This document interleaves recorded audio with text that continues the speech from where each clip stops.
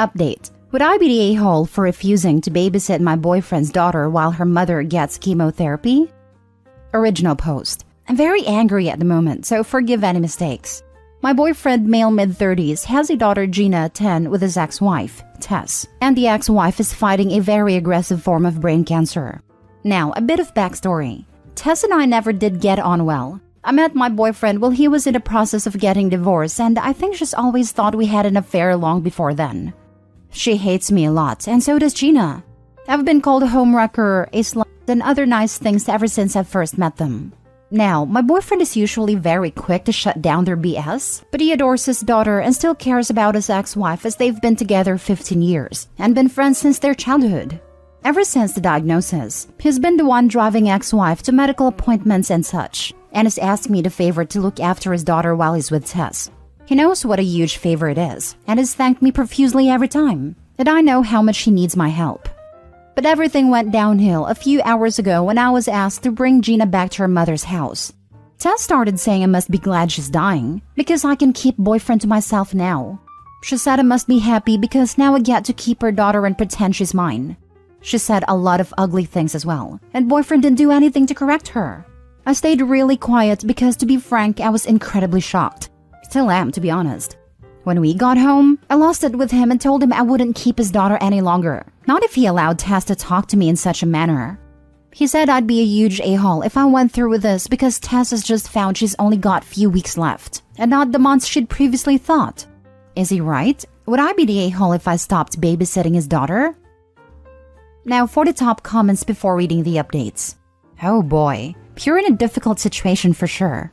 Do you love this man? You know that with this man comes his child, right? And how you behave now will determine how his child responds to you in the future. Presuming you want a future with your boyfriend after this. You are not obligated to sit and take crap, no matter where it is coming from. Do you understand though, this likely isn't a real her. She's literally grappling with life and death, not to mention a likely mind/mood-altering brain tumor that could have been there for years. And the amount of pain she must be in emotionally, knowing she won't be there for her daughter must be driving her crazy. Ever seen the movie Stepmom? This is your choice though. You don't have to take it. You would not be the a-hole to step away altogether. Just don't expect to stay in that relationship if you refuse to watch his daughter. This feels like a deal breaker for you both.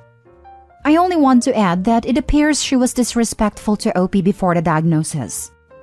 This should be in highlights. It's unfortunate terminal illness does not make patients saints. More of her true self showed us all. But seriously, Opie, you will never be happy with this man. Gina won't let you. Move on. I understand that both Tess and Gina and even the ex-husband are hurting. Brain cancer is a terrible condition. However, Tess did not like Opie before the disease, and she made that clear in what she said. Gina at 10 will equate being nice to Opie as being disloyal to her mom. Gina at 10, losing her mom, should be first in her father's life for many years to come. That is why for the peace of everyone and for a happier life, Opie should move on. There are no a-holes here. This is so far above AITA's pay grade. A dying mother lashing out at the most convenient target. And brain cancer? This is 100% affecting her ability to filter and regulate what she says. A partner watching the mother of his child, someone he once loved, die. He's with you and doesn't want to make this harder on anyone. A child caught in the middle of all this.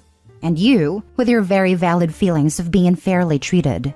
You need to find a grief therapist now. One that you can talk to, one that boyfriend and daughter can go to. This is going to be a very rough ride. No a-holes here. Nope.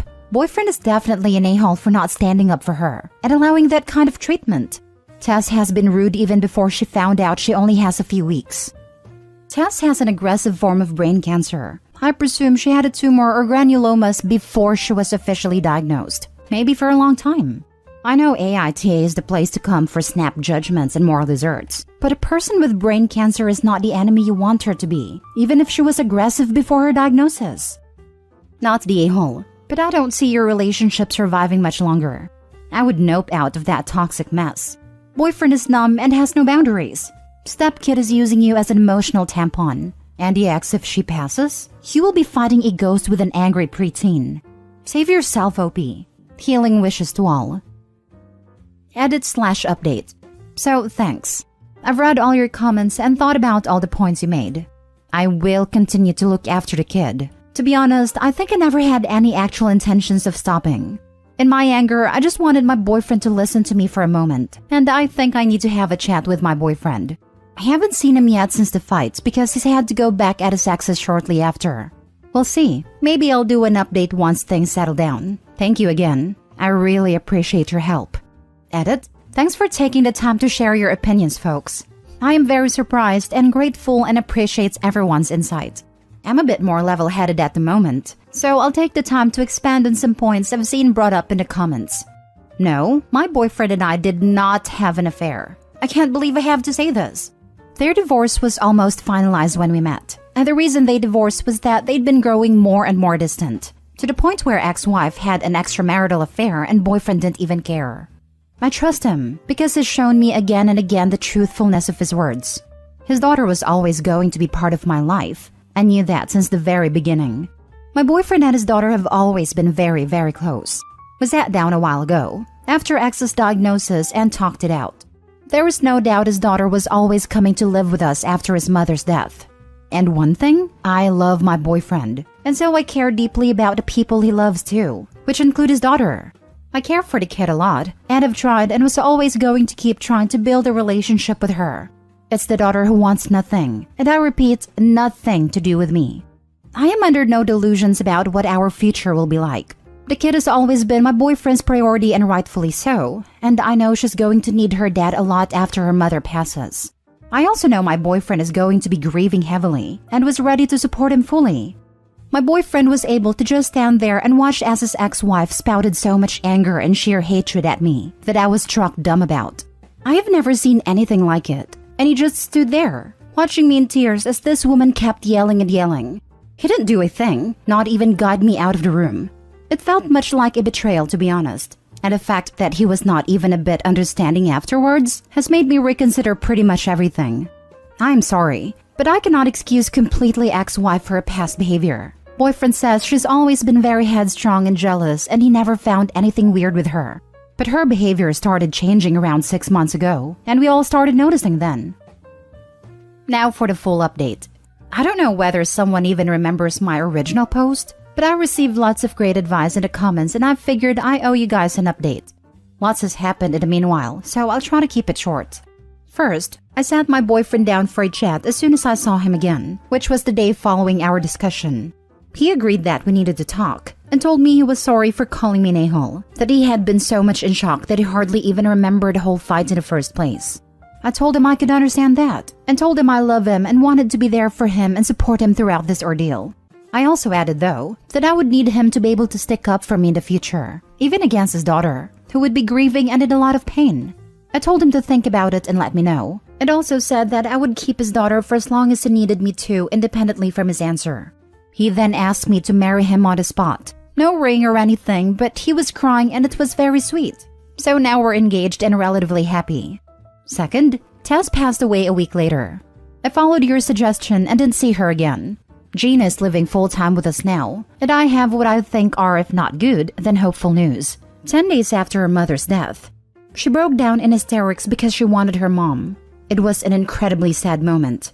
She kept yelling insults at me and crying and again yelling at me. I was in tears because seeing a child in that much pain is truly heart-wrenching. So I intervened before my fiancé could say anything, told Gina that I couldn't bear to see her so distressed and that I would go stay with a friend until she felt a bit better, that I loved her and just wanted her to be less sad. She ran to me, hugged me, and begged me to not leave her. We cried together, and I think we might be on the road to healing. That is to say, thank you Reddit folks for your feedback. You're awesome. So happy to read the last paragraph of your update. It's incredibly sad for all of you. And after what Taz put you through, even though she must have been very distressed to be dying, leaving such a young kid without a mother, you're incredibly strong and good to the core to still handle it the way you are. I hope you manage to build a strong relationship with Gina and have a happy marriage. Not to mention that it was brain cancer, which, like memory loss illnesses, affects a person's personality as they degrade and the disease progresses. I feel so bad for them that they may never know if those words were the disease or how she actually felt. Both are awful. In her original post, Opie covers that. She said something along the lines that Tess didn't like her and made it known to her, accusing Opie and her boyfriend, now fiancé, of having an extramarital affair since they hooked up at the tail end of Tessa's and the boyfriend's divorce. It wasn't until 6 months before the post that Tess got malicious about it, and it was just a short while later that Tess was diagnosed with a brain tumor. So it appears that Tess always felt that way about Opie. The cancer just exacerbated it. Opie, please check if there's a kid griefs group in your area. It helps many kids to realize they are not alone in this. And if she wants, make sure she has a good picture of her mom in her room. Make sure she knows she can talk of her. And look that she gets enough mementos of her mother. Sometimes women have different thoughts about what they would like to have from their moms than men. Better keep few things more than not enough, if possible. Good luck to all of you. I second this, and I'd also like to recommend you look into something a little more alternative like art therapy if it's available, and if she's maybe slower to open up. I did art therapy as a kid when some rough stuff happened, and it was immediately helpful. And I've also known people who got a lot out of things like equine therapy. Kids sometimes need a slightly different approach. It might take a little time to find what jives with her, but it's worth it. Last story. Am I the a-hole for not asking my sister if I should adopt? This will require some backstory. I, 27 female, and my husband, 26 male, have been married for a little over 3 years. 2 years ago, we began trying to get pregnant. We then moved on to attempting to get pregnant through fertility treatments. When none of this worked, we decided we wanted to pursue adoption. All my husband's siblings are adopted, and it was something we had been thinking about pursuing even before our fertility issues, but now it seemed like the best route for us to pursue. We did lots of research, including attending seminars and contacting multiple different agencies. We ended up deciding on an agency we liked. Since then, we have been going through the home study process and beginning stages of joining the agency, and recently we reached the final stage before we can begin the matching process. Throughout all this, my parents and sisters have been supportive, but clearly aren't sure how to talk to me about it. I have tried not to overwhelm conversations with talking about it, but it is a huge part of my life at the moment. Though I have tried to be especially sensitive to one of my older sisters who is infertile, as I know she has struggled in the past. Well, over the last few months, I haven't heard from this sister at all. She's known for being hard to get in contact with, so I tried not to read into it too much. But I was aware she was talking to my parents and our other sister. I finally heard from her yesterday when she called me. During the call, she expressed that it is hard to hear about the adoption stuff, which I understand, but then she started telling me that she and my other sister have been frustrated, that they were not asked for their opinions before we started the adoption process.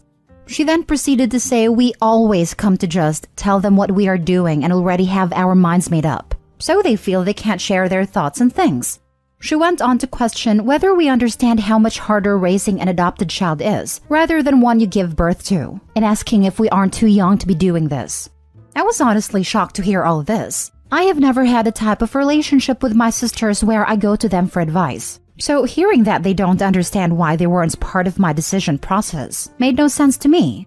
So am I the a-hole for not asking their opinion? Extra context. My sister's husband is adopted and struggles greatly with it. They're considering going through adoption themselves one day though, so to be clear, they are not against adoption. Now for the top comments. As an adopted kid myself, and I almost never see people actually listening to adopted people when this topic comes up, your sisters are absolutely delusional. And honestly, probably not very good people. I 100% believe someone who would treat an adopted kid differently than a bio kid, and that's what she's saying, is a trash person. Not the a-hole. And look into the kid's book The Day You Were Born by Jamie Lee Curtis. Fantastic kid's book about adoption. And never lie to your kid about where they came from. Never get weird if they have questions about their bio family, etc. Thank you so much for the book recommendation. I will definitely get it. We would never lie to our future child about their adoption. It is a part of their story and they have every right to know. Adoptive parent here, and I just want to jump onto Pineapple's excellent comment and help reinforce it. If you adopt those who are going to be your kids and they'll have their own story, it's hugely important that they are brought up knowing that story too. As you go through the process, look into whether you have pediatricians in your area who specialize in adoption medicine. Ours did, and was an excellent source of support and referrals to other specialists and therapists when our kids were growing up. Not the whole. If, when, and how you and your partner decide to grow your family is 100% up to you and your partner. Other people can have, and I suppose share their opinions on your choices, but you are in no way obligated to seek out their opinions or factor their opinions into your decision. I am not sure why your sister is taking your decision so personally, but what she's saying to you does not really make sense. And I would not take what the sister said about your other sister agreeing with her at face value. No matter if/when/how you grow your family, people are going to have thoughts about it. Anyone who is obnoxious or pushy about it, feel free to distance yourself from them. But if there are people butting in that you want to maintain contact with, you need to set boundaries. First time someone questions your decision, I hear your concerns and understand that you may have a difference of opinion on this matter. However, husband and I have made this decision together, and we are not interested in debating the matter with others. We do not need you to support or agree with our decision, but we do need you to accept that it is our decision to make. If you don't want to be included in updates as we move forward, we will respect that. Second time they question your decision, you made your thoughts on this clear when we last spoke about it. However, as I told you before, our decision is final, and we are not interested in debating this with others. Anytime after that, we are not going to discuss this with you. If you cannot respect our decision, we will need to keep our distance from you going forward.